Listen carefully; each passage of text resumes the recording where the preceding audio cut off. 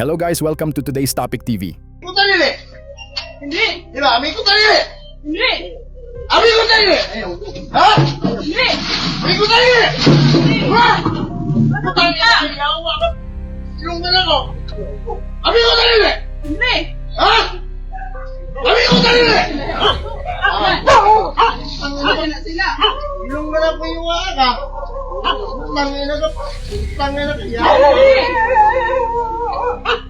Kailangan niyo wala!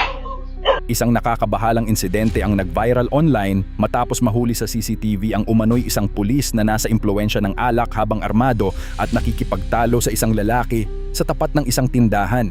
Sa viral na video, makikitang tila agresibo ang kilos ng pulis habang paulit-ulit niyang kinakausap at kinukwestiyon ang isang lalaki. Ayon sa mga narinig sa video, paulit-ulit na tinatanong ng pulis ang lalaki kung magkaibigan daw ba sila o hindi. Ngunit mariing sinasagot ng lalaki na hindi sila magkaibigan. Habang tumatagal ang kanilang pagtatalo, lalong umiinit ang sitwasyon.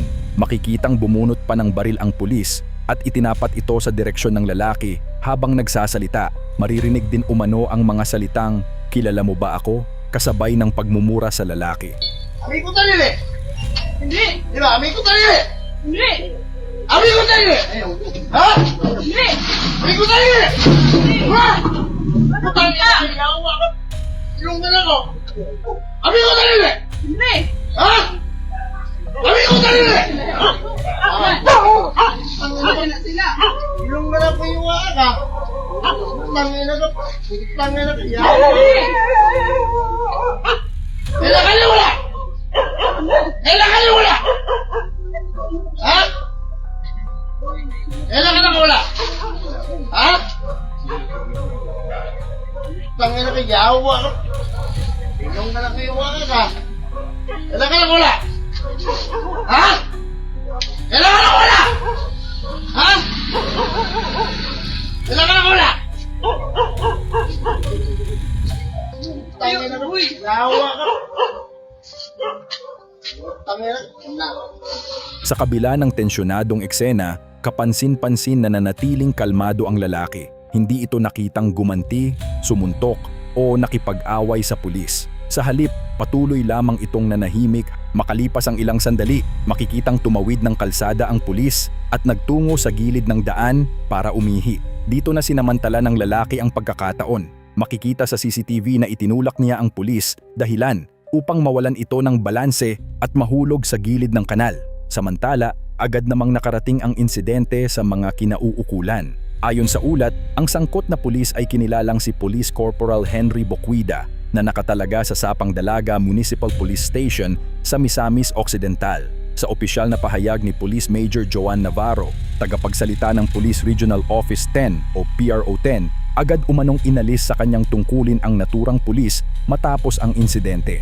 Bukod dito, kinumpiska rin ang kanyang service firearm upang matiyak na hindi na ito magagamit habang isinasagawa ang investigasyon. Inilagay rin umano siya sa restrictive custody habang hinihintay ang resulta ng mas malalim na pagsisiyasat.